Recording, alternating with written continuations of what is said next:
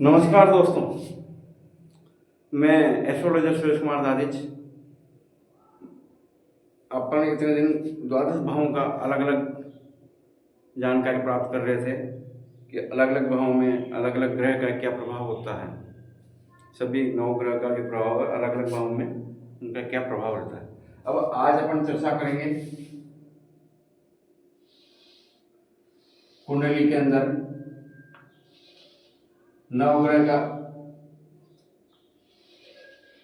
उच्च और नीच का जानकारी प्राप्त करें। कौन सा ग्रह कहाँ पे उच्च का होता है, कहाँ नीच का होता है।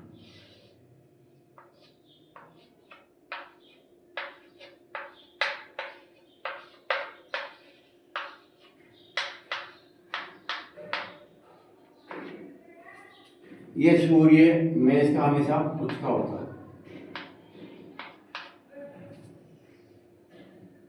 अब जरूरी नहीं कि ये लग्न यहाँ पे एक संख्या ही होगा। लग्न बदलने पे यहाँ पे अन्य कोई संख्या भी होती है, जैसे लग्न वाला 3 हो गया, वर्ष लग्न हो गया 2 हो गया, लेकिन सूर्य केवल एक अंक का होगा तो कुछ होगा। अब मान लो यहाँ पे 2 संख्या हो गई तो वर्ष हो गई, राशि हो गई, तो एक कहाँ हो गया, यहाँ सूर्य यहाँ उच्च का हो गया, तो ये सूर्य मेष का उच्च का हो गया। चंद्रमा वर्ष का उच्च का है, और उसके अलावा मंगल ये मकर राशि का उच्च का है। कर्क राशि में गुरु उच्च का हो गया था। बुध कन्या राशि का उच्च का है, और शुक्र मीन राशि का उच्च का है, और उसके अलावा शनि तुला राशि का उच्च का है। उसके अलावा मिथुन राशि का राहु और केतु धनु राशि। किन किन विद्वानों ने, किन किन ज्योतिषाचार्य ने वृष राशि का उच्च का माना गया और किन मिथुन राशि का, ये उसके डिग्री पर निर्भर करता है। अब अपनी 7वीं दृष्टि से नीच का हो जाता है। 7वें स्थान सूर्य मेष का उच्च का, तो तुला का सूर्य नीच का हो गया। शनि तुला का उच्च का, तो मेष का शनि नीच का हो गया। और जब उच्च का कोई ग्रह होता है ना, तो वो अपना प्रभाव अच्छा दिखाता है, उस पर अच्छा इफेक्ट डालता है। कोई भी कार्य सिद्ध करने में उसकी भूमिका महत्वपूर्ण होती है। नीच का होता है, उसके प्रभाव कम हो जाता है और वो कार्य उसी द्रुत गति से कम हो जाता है। उसमें थोड़ी समय लगता है, काम तो होता है, लेकिन मान लो कभी न भी हो तो कोई जरूरी नहीं है। तो ये तो हो गई। और जैसे वृष का चंद्रमा उच्च का, तो वृश्चिक का नीच का हो गया, और गुरु मकर राशि का कर्क राशि का उच्च का, तो मकर राशि का नीच का हो गया। तो मंगल मकर राशि का उच्च का, तो कर्क राशि पे नीच का हो गया। ये तो हो गए अपने उच्च और नीच की स्थिति। अब इनकी दृष्टि क्या होती है, कैसे किस किस को देखते हैं, ये अपन जानकारी लेते हैं।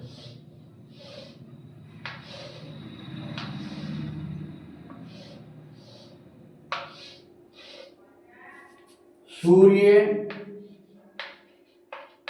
चंद्र बुध और शुक्र ये अपने स्थान से 7वीं दृष्टि को देखते हैं। सूर्य यहाँ हुआ तो 7वीं दृष्टि से यहाँ पे देखेगा। सूर्य यहाँ है, यहाँ पे देखेगा ये। अगर मान लो सूर्य यहाँ हो गया तो 7वीं दृष्टि से इस स्थान को देखेगा, समझिए ना। तो अब चंद्रमा भी इसी 7वीं दृष्टि से देखेगा। सूर्य की जगह पर अपने चंद्र हो यहाँ पे, ये 7वीं दृष्टि से देखते हैं। तो एक तो वो जिस स्थान पे है उस स्थान को प्रभावित करता है, दूसरा जहां पे देख रहा है उस स्थान को प्रभावित करता है। तो कोई भी अपन गणना करें या रिजल्ट करें, किसी का फलादेश करें, तो उसमें ये चीजें का देखना बहुत। उसके अलावा अब रही बात मंगल,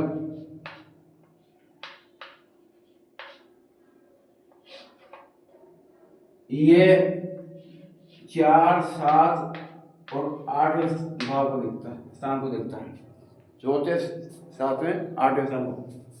मंगल यहाँ पे है, ये मंगल है, ये चौथा स्थान ये, 7वां स्थान ये और 8वां स्थान ये। मंगल 4 7 8वें स्थान को देखता है। अब उसके बाद लेते हैं अपन शनि, ये 3 7 10वें स्थान को देखता है, 3 7 10वें स्थान को देखता है। अब शनि मान लो यहाँ पे है तो 1 2 3 ये 3 स्थान को यहाँ पे देखेगा, 1 2 3 स्थान को, और 7वें स्थान को यहाँ पे, 30 स्थान को इसको, और 10वें भाव को इस स्थान को देखेगा। उसके अलावा गुरु,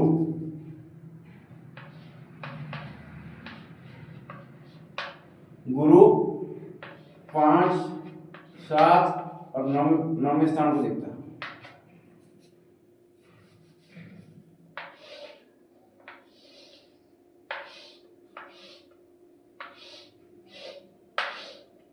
गुरु यहाँ है मान लो,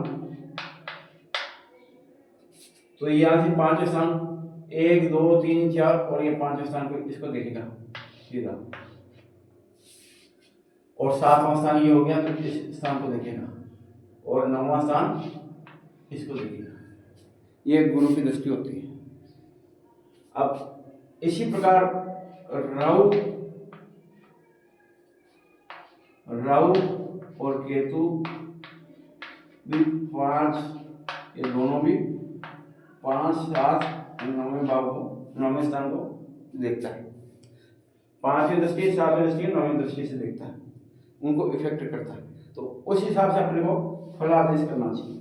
ये सब चीज़ें जान के आपके लिए इतनी मेहनत करते हैं, आप प्रयास करते हैं कि आपको हर चीज़ का ज्ञान हो और कैसे अपन कुंडली का फलादेश कर सकते हैं, तो उसके लिए काफ़ी मेहनत होती है। कई लोग कहते थे वो प्रश्न कर लेते हैं जल्दी, नहीं साहब गुरुजी मेरे को तो आज ही बताओ और अभी बताओ, कितनी मेहनत करनी पड़ती है, कितनी मेहनत के पश्चात अपने को ये अपन किसी चीज़ का फलादेश कर पाते हैं। उसमें और भी कई गणित होती है, मैथमेटिक होती है, मैथमेटिक होगा तो इसमें क्योंकि डिग्री वगैरह की सब जानकारियाँ इसमें हासिल करनी। ये तो आपको सरल भाषा में मोटा मोटी जो समझाना चाहिए वो समझा लें।